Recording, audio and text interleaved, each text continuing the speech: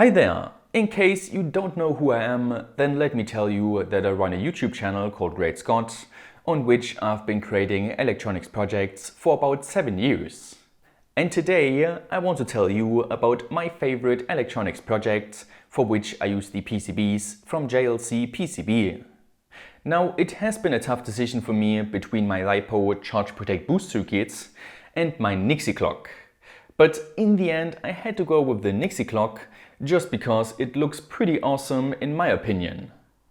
The project and the PCB design also required different electronic skills, like working with a microcontroller, a real-time clock and also high voltage.